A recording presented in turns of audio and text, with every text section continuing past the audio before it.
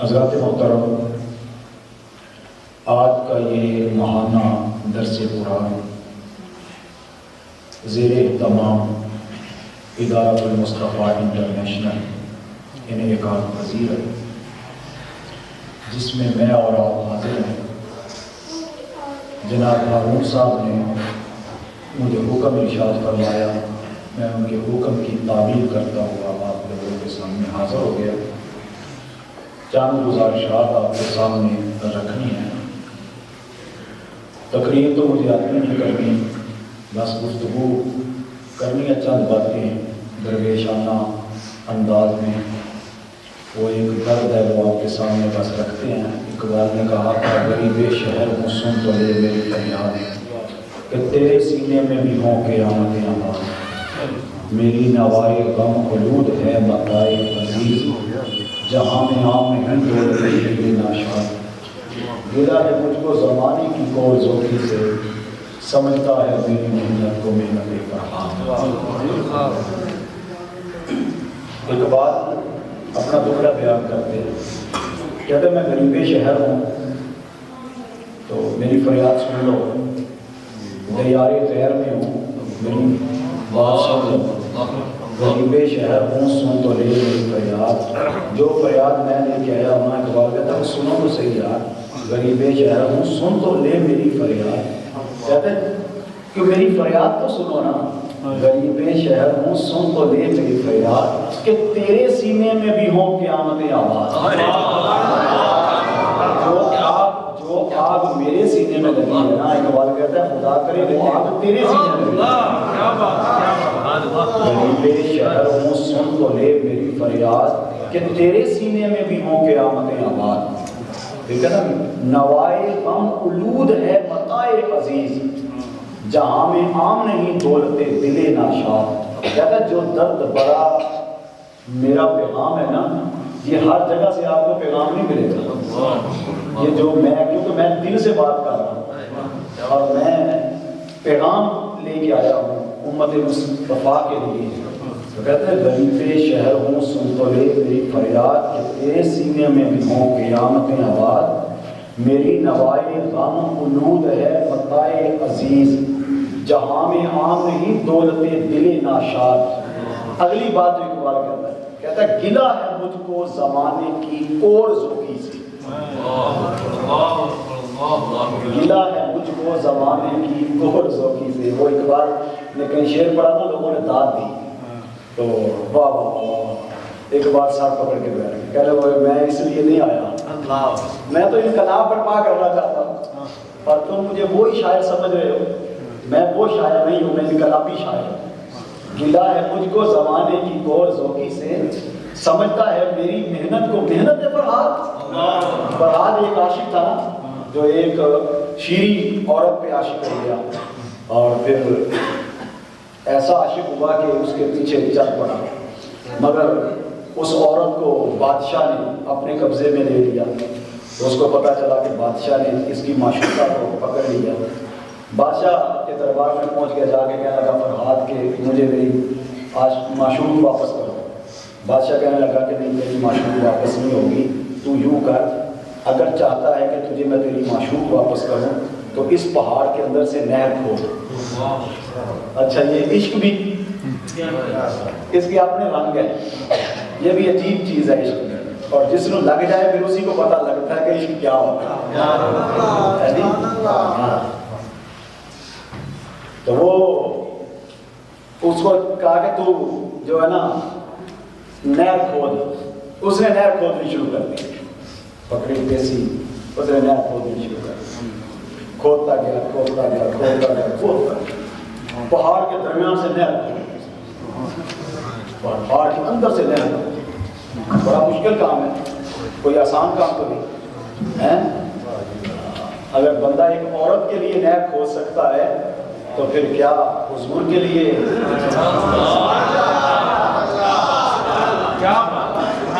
اگر ایک عورت کے لیے نہر کھود سکتا ہے تو حضور کے لیے جان کیوں نہیں چھڑا گیا؟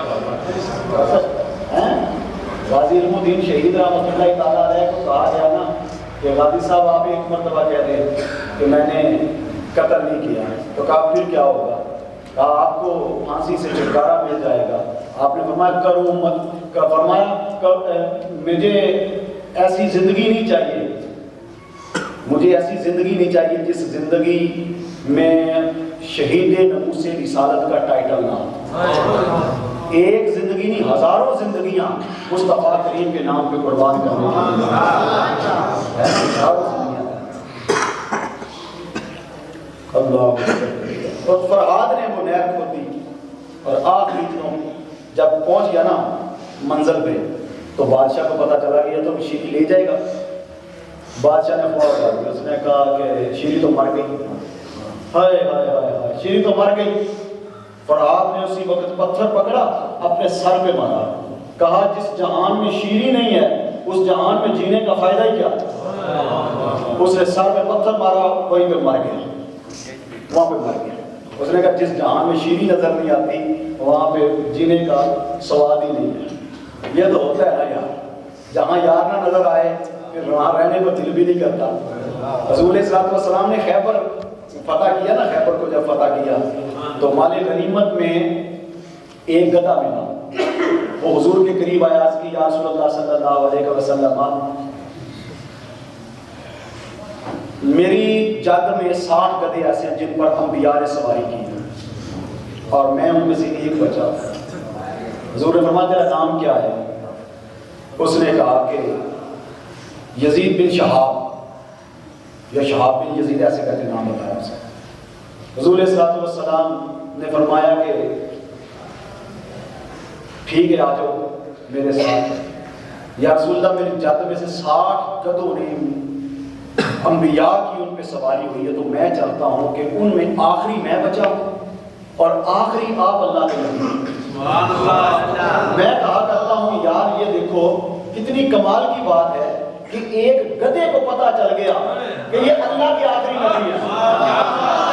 ایک گدھے کو پتا چل گیا کہ یہ اللہ کے آخری نبی ہیں. اگر یہ قادیان کے گدھے کو نہ پتا چلتا, قادیان کے گدھے کو نہ پتا چلتا.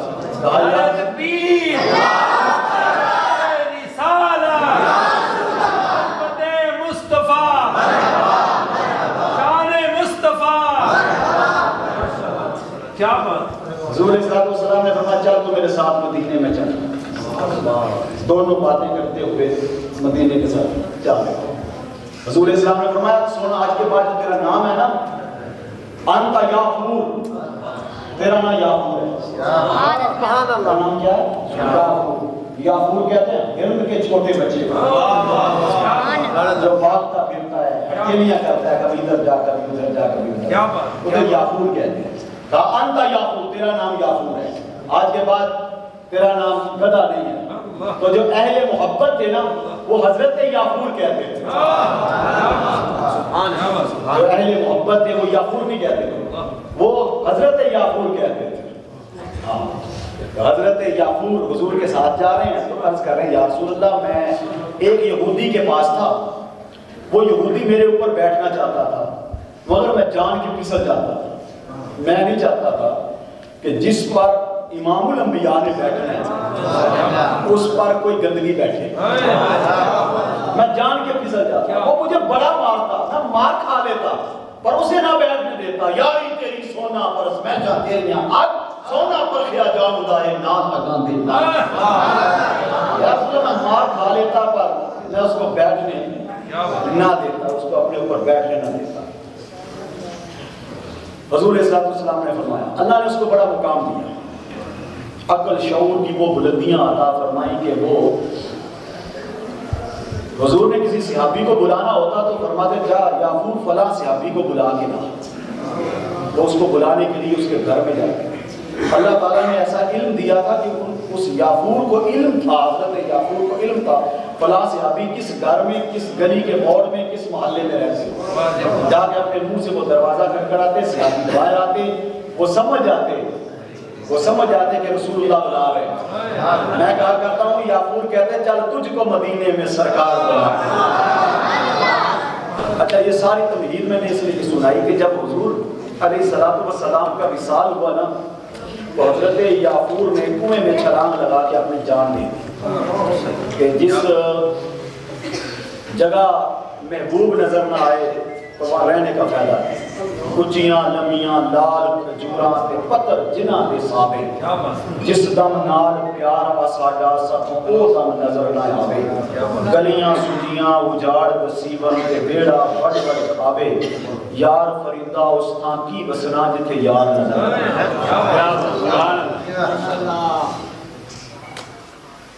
تو فرحاد نے پتھر پکڑا اور اپنے سر پہ مارا, مر گیا.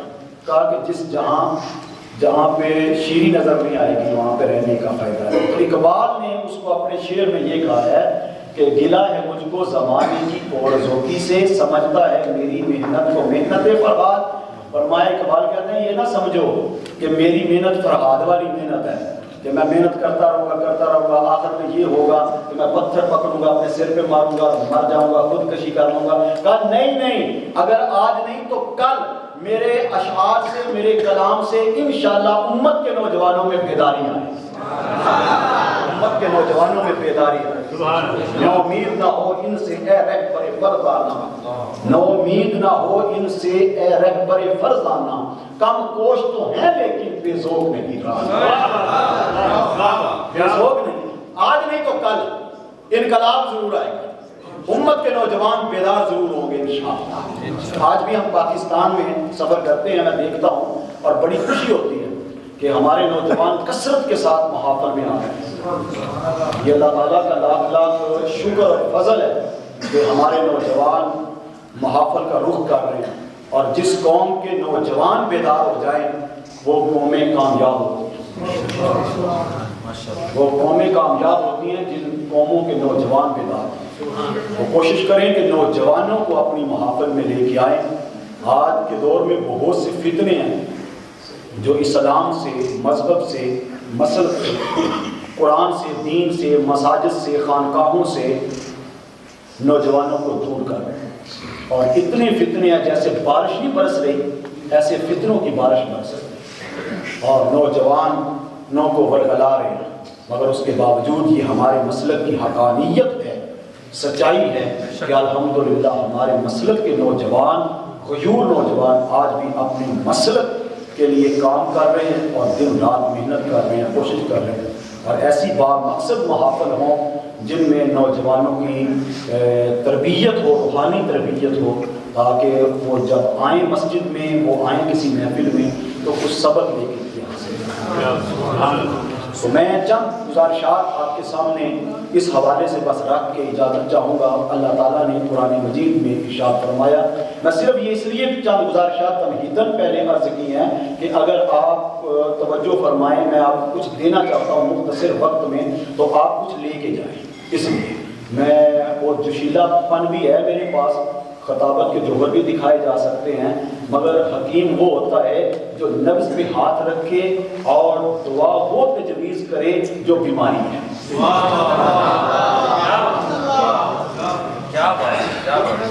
بیماری اور ہو, دوائی اور ہو, تو پھر درد آپ کو سر میں ہو رہی ہو تو آپ کو آنکھوں میں ڈالنے کی ڈراپ دیے جا رہے ہوں تو آرام تو نہیں نہ آئے گا یار.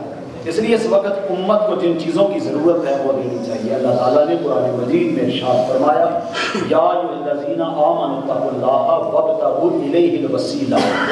یہ مشہور آیت ہے اور ہر مسجد میں, ہر ممبر پہ, ہر سٹیج پہ, ہر آستانے پہ, ہر محفل پہ یہ پڑھی جاتی ہے.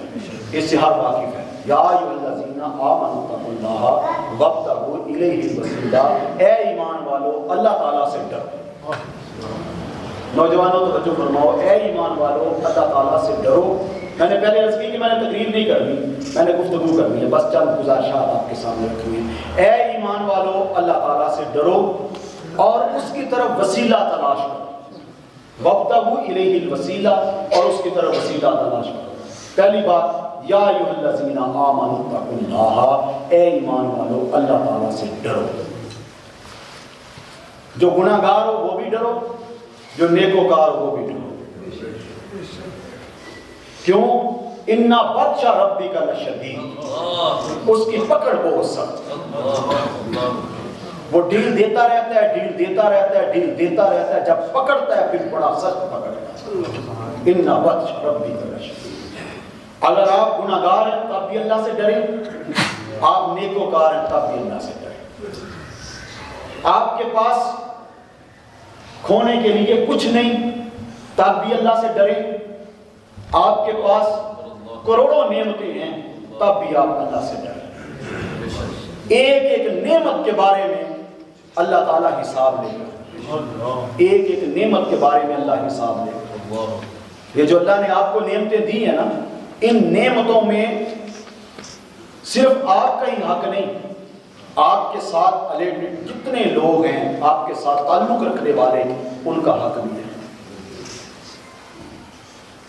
جتنی نعمتیں آپ کو دی گئی ہیں ان نعمتوں پہ شکر کریں اور عجز کریں، انکساری کریں، کیونکہ جتنی زیادہ نعمتیں دی جائیں گی اتنی زیادہ اللہ تعالیٰ کل قیامت کو کی بارگاہ میں پوچھو گی کہ میں نے اتنی تجھے نعمتیں دی، حساب دے، ایک قدم نہیں ہلنے دے گا ادھر ادھر، اللہ تعالیٰ پوچھے گا۔ ابراہیم بن ادہم رحمۃ اللہ تعالیٰ علیہ کا آپ نے نام سنا ہے، یہ بہت بڑے بادشاہ تھے، بعد میں انہوں نے توبہ کی، بہت بڑے اللہ کے ولی بنے۔ ان کی توبہ کا ایک واقعہ یوں بھی مشہور ہے کہ آپ روزانہ بلا ناغہ پھولوں کی سیج پہ سویا کرتے تھے۔ جو لونڈی ان کے لیے پھولوں کی سیج سجاتی، ایک دن اس کے ذہن میں خیال آیا کہ میں روزانہ رات کو پھولوں کی سیج سجاتی ہوں اور اس کے اوپر بادشاہ سوتا ہے، پتہ نہیں کتنا لطف ہوگا اس سیج میں، جس سیج پہ بادشاہ سوتا ہے، کیوں نہ چند گھڑیاں اس کے اوپر لیٹ کے دیکھوں کہ کتنا سکون اور کتنی راحت ہے۔ وہ لیٹی، اتنے میں اس کی آنکھ لگ گئی، آنکھ لگی تو وقت گزرا، بادشاہ آ گیا۔ بے ادبی سمجھتے ہوئے بادشاہ نے سزا تجویز کی، کہا اس لونڈی نے اتنی جرت کی کہ بادشاہ کے تخت پر، بادشاہ کی پھولوں کی سیج پر سو گئی، بے ادبی کی، اس کو سزا دی جائے تو ایسی سزا ہو کہ تمام غلام اور تمام نوکر اور تمام لونڈیاں جمع ہو تاکہ دوسروں کو بھی نصیحت ہو جائے، پھر ان کے درمیان اس کو سزا دی جائے۔ کوڑے لگائے گئے، جلاد کو بلایا گیا، کوڑے لگائے گئے، کوڑے لگائے گئے۔ جب کوڑے لگ رہے تھے تو وہ لونڈی رو رہی تھی، اچانک اس لونڈی نے ہنسنا شروع کر دیا۔ بادشاہ نے کہا ٹھہر جاؤ، کہا ہے لونڈی تو روئی کیوں اور پھر بعد میں ہنسی کیوں، اس کا جواب دے۔ لونڈی نے کہا بادشاہ بشری تقاضا ہے کہ جب چوٹ لگ رہی تھی، کوڑے برس رہے تھے، درد ہو رہی تھی، درد کی وجہ سے میں نے رونا شروع کر دیا۔ تو کہا پھر ہنسی کیوں؟ کہا بادشاہ ہنسی اس بات پہ ہوں کہ جو چند منٹ کے لیے پھولوں کی سیج پہ سوئی اس کو اتنی بڑی سزا ملی، تو جو ساری زندگی سوتا رہا اس کو کتنی سزا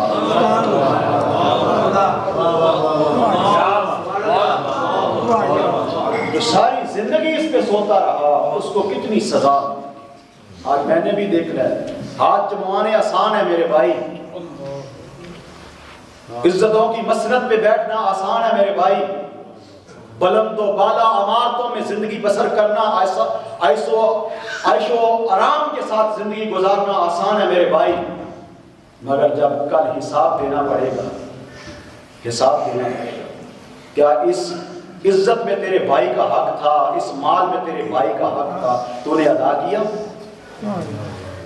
تیری بہن کا حق تھا، تیری اولاد کا حق تھا، تیرے ماں باپ کا حق تھا، تیرے دوستوں کا حق تھا، تیرے عزیز و اقارب کا حق تھا، تو نے ادا کیا؟ اگر جواب نفی میں آیا تو پھر اس وقت کیا صورتحال بنے گی؟ کسی حکیم نے، کسی بزرگ سے پوچھا تھا کہ یہ زہر کیا ہوتا ہے، یہ زہر کیا ہوتا ہے؟ انہوں نے کہا جو تمہاری ضرورت سے زیادہ ہو وہ زہر ہے، جو تمہاری ضرورت سے زیادہ ہے وہ زہر ہے۔ تمہارے پاس دولت ہے اور تمہاری ضرورت سے زیادہ ہے، اس میں تمہارے بہن بھائیوں کا حق ہے، اگر آپ نے ادا نہیں کیا تو پھر وہ جو آپ رزق کھا رہے ہیں نا، آپ اس کو یہ سمجھ کے کھا رہے ہیں کہ یہ غذا ہماری جسم کے ہمارے وجود کے لیے قوت کا باعث بن رہی ہے، نہیں، وہ تمہارے لیے زہر بن رہی ہے۔ اسی لیے تو آج بہت ساری بیماریاں ہیں، کسی کو بلڈ پریشر ہے، کسی کو کینسر ہے، کسی کو شوگر ہے۔ یہ اسی لیے ہے کہ ہم نے کھائی غذا وہی ہے، مگر ہم نے اس کا حق ادا نہیں کیا۔ جب حق ادا نہیں کیا تو پھر وہ غذا ہمارے اندر جا کے وہ زہر بن گئی، وہ بیماریاں بن گئی۔ اگر ہم ادا کرتے رہیں، حق کو ادا کرتے رہیں تو زہر ختم ہو جائے۔ اس لیے اللہ تعالیٰ کی بارگاہ میں التجا کیا کریں، اللہ تعالیٰ سے ڈرتے رہا کریں، اس سے معافی مانگتے رہا کریں، توبہ استغفار کرتے رہا کریں، توبہ استغفار کرتے رہیں۔ آپ نیک ہیں تب بھی، آپ بد ہیں تب بھی اللہ کی بارگاہ میں استغفار کرتے ہیں۔ نبی کریم صلی اللہ علیہ وآلہ وسلم روزانہ 100 مرتبہ استغفار کیا کرتے ہیں۔ حضور معصوم ہے مگر اس کے باوجود حضور علیہ السلام 100 مرتبہ استغفار کیا کرتے ہیں۔ ٹھیک ہے جی، اس کو وظیفے کو اپنا لیں ذرا سب احباب، 100 مرتبہ روزانہ بلا ناغہ کم از کم استغفار کیا کریں۔ کریں گے جی؟ 100 مرتبہ استغفار کیا کریں، 100 مرتبہ استغفار کیا کریں روزانہ، کم از کم روزانہ 100 مرتبہ استغفار کیا کریں۔ اس سے صرف گناہ معاف نہیں ہوں گے، آپ کے رزق میں، آپ کی مال میں، آپ کی جان میں، آپ کی اولاد میں، آپ کے کاروبار میں برکات ہوگی۔ جان میں، مال میں، اولاد میں، کاروبار میں، رزق میں، کھیتی باڑی میں، ہر چیز میں برکت ہوگی۔ حضرت نوح علیہ السلام کی تقریر پڑھی ہے قرآن مجید میں۔ حضرت نوح علیہ السلام نے اپنی قوم کو کیا تقریر کی، کیا خطاب فرمایا؟ فَقُلْتُ اسْتَغْفِرُوا رَبَّكُمْ إِنَّهُ كَانَ غَفَّارًا يُرْسِلِ السَّمَاءَ عَلَيْكُمْ مِدْرَارًا وَيُمْدِدْكُمْ بِأَمْوَالٍ وَبَنِينَ وَيَجْعَلْ لَكُمْ جَنَّاتٍ وَيَجْعَلْ لَكُمْ أَنْهَارًا مَا لَكُمْ لَا تَرْجُونَ لِلَّهِ وَقَارًا۔ موسیٰ علیہ السلام، حضرت نوح علیہ السلام نے کہا فَقُلْتُ اسْتَغْفِرُوا رَبَّكُمْ، میں تمہیں کہتا ہوں کہ اپنے رب سے بخشش طلب کرو، مغفرت طلب کرو، اس سے بخشش طلب کرو، استغفار کرو۔ انہو کان غفارا، وہ بہت زیادہ بخشنے والا ہے، وہ بہت زیادہ بخشنے والا ہے، وہ رحیم ہے، کریم ہے۔ وہ تو اس کی تو رحمت بہانے تلاش کرتی ہے، اس کی رحمت تو بہانے تلاش کرتی ہے۔ تو میں تمہیں کہتا ہوں کہ اس سے بخشش طلب کرو، وہ بڑا رحیم ہے۔ یرسل السماء علیکم مدرارا، اگر تم اس سے بخشش طلب کرو گے، استغفار کرو گے، پھر آسمان سے تمہارے لیے موسلادھار بارش برسے گی، موسلادھار بارش برسے گی۔ یرسل السماء علیکم مدرارا وَيُمْدِدْكُمْ بِأَمْوَالٍ وَبَنِينَ، پھر مال اور اولاد کے ذریعے تمہاری مدد کی جائے گی۔ وَيَجْعَلْ لَكُمْ جَنَّاتٍ وَيَجْعَلْ لَكُمْ أَنْهَارًا، اور تمہارے لیے باغ لگ جائیں گے اور تمہارے لیے نہریں کھدوا دی جائیں گی۔ ہاں جی، اگر آپ کیا کریں گے، صرف چھوٹا سا لفظ ہے استغفر اللہ، چلتے پھرتے اٹھتے چلتے، یہ وظیفہ ہے بھائی، یہ فقیر کی طرف سے وظیفہ لے لیں اور اس کو باندھ لیں، اور یہ چھوٹا سا وظیفہ ہے، بہت بہت بہت بڑے بڑے وظائف سے آپ کی جان چھوٹ جائے گی۔ یہ آپ چھوٹا سا وظیفہ استغفر اللہ، استغفر اللہ، استغفر اللہ۔ کوئی مشکل کام ہے جی؟ دسو یار، کوئی مشکل کام ہے؟ سارے نہ ہوتا ہے نا، ہیں جی؟ استغفر اللہ، استغفر اللہ۔ آج میرے ہم اثر خطباء کے لیے تبلیغ اسلام کی کرنا مشکل نہیں ہے۔ آج تو لوگ خود 50 70 ہزار روپیہ دے کے لوگوں کو، خطیبوں کو بلا رہے ہیں۔ خطیبوں کی ڈیمانڈ ہے وہ کہیں اگر مشکل ہے اسلام پھیلانا، تو پھر میں کہتا ہوں حیران ہے، ماتم ہے تیری سوچ پہ کہ 70,000 ڈیمانڈ کر کے آئے تو پھر بھی کہہ کہ تبلیغ کرنا مشکل ہے۔ تیرے لیے فرش راہ آنکھیں بچھی ہوں پھر بھی تبلیغ کرنا مشکل ہے۔ تو اپنی تقریروں کے چکر میں اسلام کا حلیہ، دین کا حلیہ، تبلیغ کا حلیہ بگاڑ رہا ہے۔ قیامت سے ڈر نہیں لگتا؟ مصطفیٰ کے سامنے نہیں جائے گا، کون سا منہ لے کے جائے گا؟ جب حضور نے پوچھ لیا کہ میرے نام پہ عزت حاصل کرتا رہا، یہ کہتا رہا زمانے کو کہ در دل مسلم مقام مصطفیٰ است، آبروئے ماز نام مصطفیٰ است، کہتا یہ رہا اور میرے نام پہ تجارت کرتا رہا، بتا میرے لیے کیا کیا، میرے دین کے لیے کیا کیا، تو وہاں کون سا منہ لے کے جائے گا؟ پھر شرمندہ ہوگا اس وقت سرکار کے سامنے، آج وقت ہے تیرے پاس، تیرا طوطی بولتا ہے، لوگوں کو حق بتا، لوگوں کو دین کی طرف لے گیا، لوگوں کو اسلام کی طرف راغب کر، پیغام امن کا پیغام دے، محبت کا پیغام دے، پچھتاوا نہ ہو کہیں کل جانا بھی سرکار کے سامنے آسان کام تو نہیں ہے یار۔ حکیم الامت علامہ اقبال پتہ کیا کہتا ہے؟ تو غنی از ہر دو عالم من فقیر، روز معاشر گزر آج من فقیر، گر تمی بینی حسابم ناگزیر، از نگاہ مصطفیٰ پنہا بغیر۔ اقبال کہتا ہے اللہ میرا حساب نہ لے، میرا حساب کرم نوازی فرما، تو صحیح ہے، تو کرم کر نہ بھی حساب لے گا تو تیرا کیا جائے گا میرے مالک، تو میرا حساب نہ لے۔ چل اگر تو نے میرا حساب لینا ناگزیر ہے، لینا ہی ہے میرا حساب، تو کم از کم مصطفیٰ کے سامنے میں حضور کے سامنے کون سا منہ لے کے جاؤں؟ میں اور آپ غور کریں یار، ہمیں تو پلیٹ پہ رکھ کے سلام مل گیا، دین مل گیا، پیدا ہوئے تو اذان کان میں ہوئی، آواز ملی تو مسلمانوں کے گھر پیدا ہوگا، تجھے مبارک ہو۔ ہمیں تو مصیبتیں جھیلنی نہیں پڑی، تکلیفیں اٹھانی، مگر جنہوں نے تکلیفیں اٹھائیں، اذیتیں برداشت کی، بتاؤ وہ ہمارے لیے مشعل راہ ہے، ان کی زندگیوں کو اپنائیں۔ تو میں زیادہ گفتگو نہیں کر پا رہا، یہاں پہ میں سمجھتا ہوں کہ میری جو وقت ہے وہ پورا ہو گیا ہے، تو اللہ تعالیٰ آپ کو سلامت رکھے۔ بس یہ ٹوٹے پھوٹے لفظ تھے، تقریر نہیں تھی، یہ ٹوٹے پھوٹے لفظ تھے، بس میں نے جو آپ کے سامنے رکھے ہیں، یہ درد ہے، اپنے رب سے اپنا ناطہ جوڑ لو یہاں، بس یہ آخری بات ہے، اپنے رب سے اپنا ناطہ جوڑ لو۔